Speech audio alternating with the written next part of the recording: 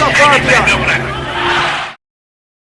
Então, pessoal do Esquerda Online, que acompanha o nosso canal, então hoje eu estou aqui para falar com vocês sobre bibliografia para entender o fenômeno do fascismo. Né? Tem bibliografia, tem uma longa, extensa bibliografia. Vou fazer aqui um comentário sobre alguns livros que, enfim, são de autores fundamentais para entender esse fenômeno. Alguns são de contemporâneos, pessoas que viveram o período da ascensão do fascismo e lutaram contra esse regime político, essa forma de extremismo de direita, e outros são de analistas posteriores, né? Já com o teor mais acadêmico, mas também com viés crítico, que obviamente o fenômeno do fascismo não é qualquer fenômeno, é um fenômeno que a gente tem que entender para poder combatê-lo. Né? Um dos primeiros autores a escrever coisas interessantes sobre o fascismo, de caracterização sobre o fascismo, é o Antônio Gramsci, né? O filósofo e dirigente comunista italiano, que viveu no país justamente no processo de ascensão do regime fascista. E ele escreveu uma série de artigos na imprensa operária no período da ascensão do Mussolini, do seu movimento, e uma parte grande desses artigos foi publicada no Brasil nesse volume aqui dos escritos políticos do Gramsci, no volume 2, né, que foi editado pelo professor Carlos Nelson Coutinho. Tem uma série de escritos do período de 1921 a 1926, e entre esses escritos tem uma parte dedicada a entender o fenômeno do fascismo. Né? Então, por exemplo, ele tem uma reflexão interessante sobre como as instituições do Estado italiano, que deveriam preservar os princípios liberais, né, de funcionamento do Estado, entre eles o monopólio da violência legítima por parte do Estado, como é que eles fazem vista grossa para a violência fascista, o método de violência fascista, por exemplo. Né? E ele, por exemplo, ele discute isso, ele discute como o fascismo também era um fenômeno internacional. Né? Ele percebia que aquilo que estava acontecendo na Itália não era resumido à própria Itália. O Gramsci vai ser preso pelo regime de Mussolini, né, e condenado à prisão e vai ficar basicamente até o fim da vida preso no cárcere fascista.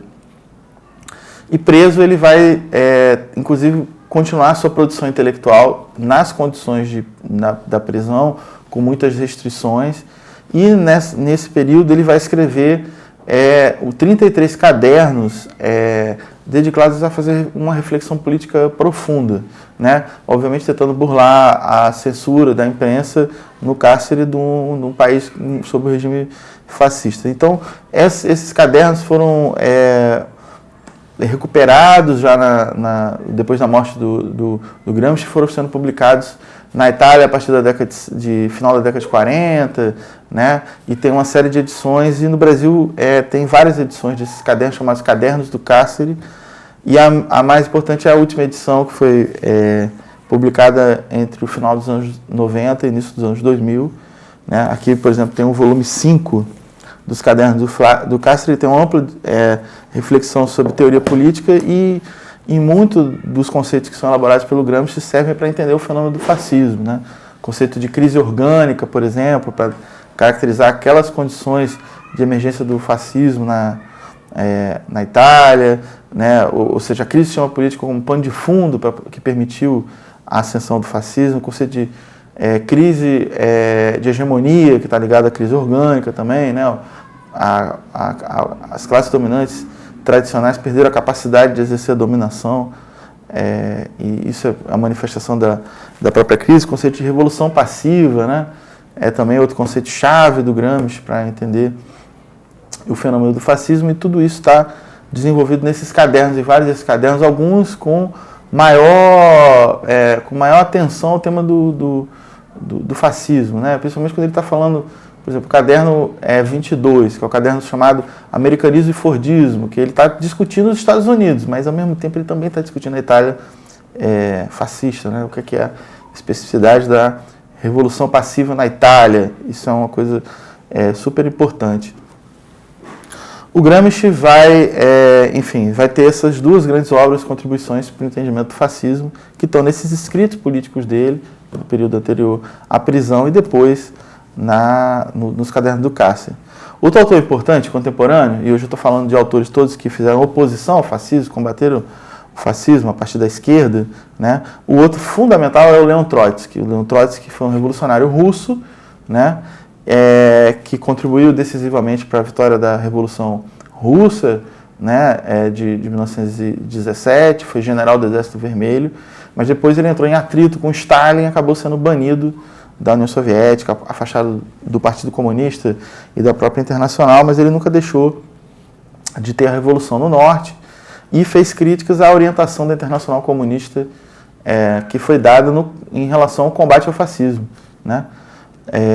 A partir de determinado momento, do final da década de 20, a Internacional Comunista vai ter uma teoria sobre o fascismo muito pobre, né? Essa é uma teoria que vai tentar igualar, na verdade, aproximar o máximo possível o fascismo de outros movimentos de direita e até da própria social-democracia. Vai surgir a teoria do social-fascismo, a teoria que tentava dizer que a social-democracia alemã, por exemplo, era a ala esquerda do próprio fascismo, ou seja, um método completamente equivocado de combater um fenômeno tão específico como é o fascismo. O Trotsky combateu isso bastante, através de uma série de artigos que ele escreveu na imprensa operária daquele período, inclusive na imprensa alemã, né, entre os grupos que apoiavam suas posições, e eles foram reunidos pelo Mário Pedrosa, que foi um importante dirigente socialista brasileiro, e publicados com o nome de Revolução e Contra-Revolução. Geralmente Revolução e Contra-Revolução na Alemanha também.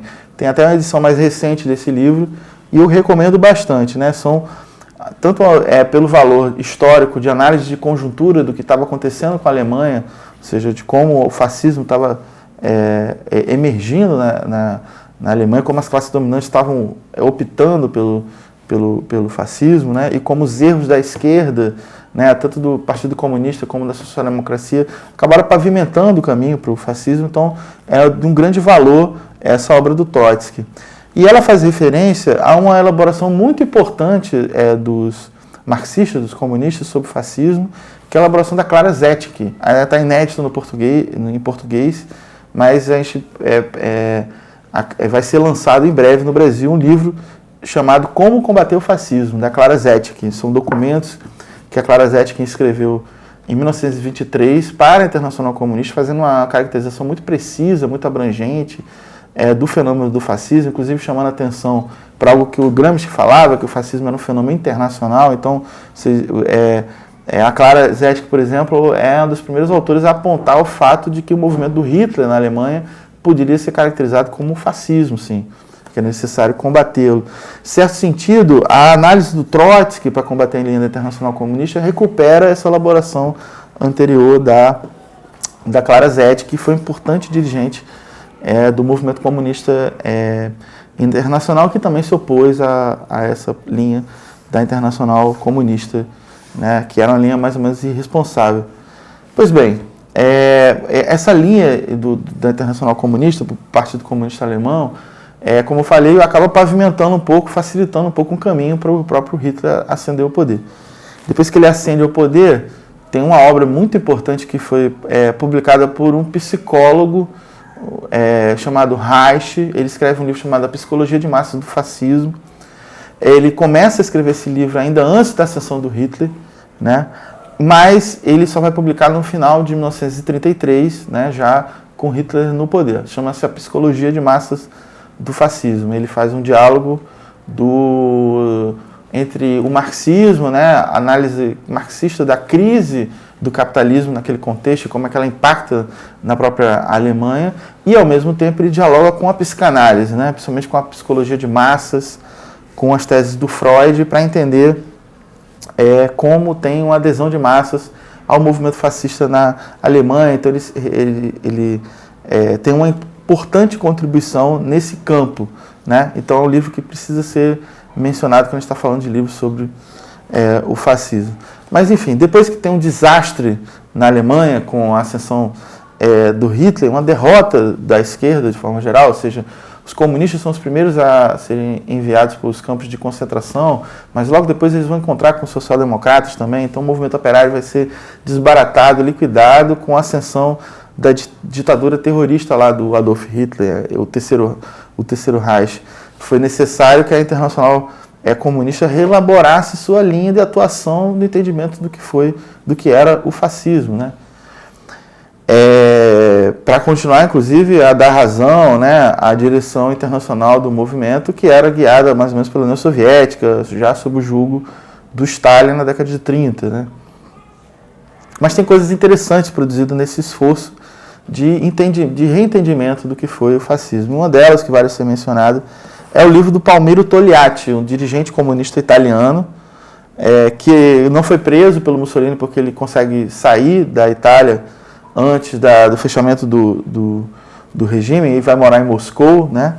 E Togliatti, em 1975, ele oferece um curso para a Escola de Quadros da Internacional, e que esse curso que tem notas sobre o entendimento do que é o fascismo, principalmente pegando o caso italiano, né? Ou seja, é como se fosse uma autocrítica sem dizer que é autocrítica, né? Mas de qualquer modo é uma obra da maior importância, só foi publicada em 1970 na Itália. E no Brasil, no final dos anos 70, publicado pela editora Ciências Humanas, uma coleção importante de livros, uma coleção coordenada lá pelo Florestan Fernandes. Aí chama Lições sobre o Fascismo, foi publicado com esse nome, né? Lições sobre o Fascismo. É uma obra super importante, é um livrinho pequeno, né? Onde tem uma importante contribuição para o entendimento do fascismo, principalmente como, no caso do fascismo italiano, e isso também aparece no fascismo alemão, né, que é chamado de nazismo, que é o surgimento de várias organizações de massa que enquadravam o sujeito desde o seu nascimento até sua morte, né, que, por exemplo, organizavam o próprio tempo livre fora do trabalho, né, são instituições criadas pelo regime fascista no sentido de corporativização das massas, né. Isso é uma característica importante dos regimes fascistas, e aqui tem uma contribuição importante do Togliatti nesse entendimento. Existem outros contemporâneos de fundamental importância no campo marxista que estudaram o fenômeno do fascismo, mas a gente pode mencionar esses como os mais significativos, né? Gramsci, Trotsky, Togliatti, Reich, tem o Daniel Guérin também, que vai escrever um livro, Fascismo e Grande Capital, de 1938, que discute justamente o apoio do grande capital à ascensão dos regimes fascistas, tanto na Itália como na Alemanha e também na Espanha, né, com o franquismo, né, e todo o apoio que recebe do grande capital para combater o comunismo na Espanha.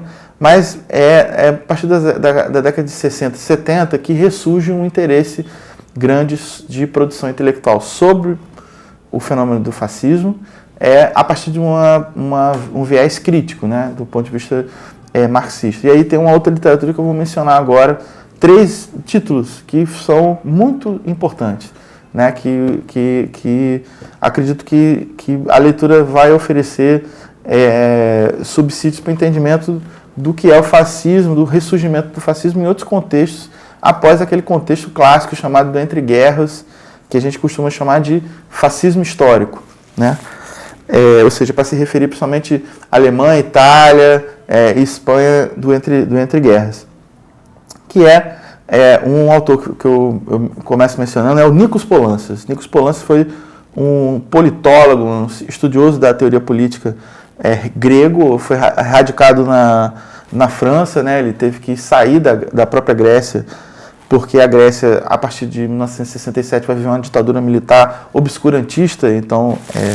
mas antes disso, já o Poulantzas já estava na França. Em 1971, ele escreve um livro chamado Fascismo e Ditadura, onde ele faz a recuperação dos debates intelectuais marxistas sobre o fenômeno do fascismo ali do período do entre guerras. Então ele recupera Gramsci, Trotsky, Togliatti, Thalheimer, outros autores que eu nem tenho tempo de mencionar aqui, para entender mais ou menos o que esses caras trouxeram de contribuição para o entendimento do fascismo. Isso por uma razão, né? A razão que é o ressurgimento de movimentos fascistas ali no final da década de 60 e durante a década de 70. Né? Então, o Fascismo e Ditadura é uma obra fundamental do Nikos Poulantzas, discute vários aspectos do fenômeno do fascismo, a relação com a pequena burguesia, com as classes médias, né?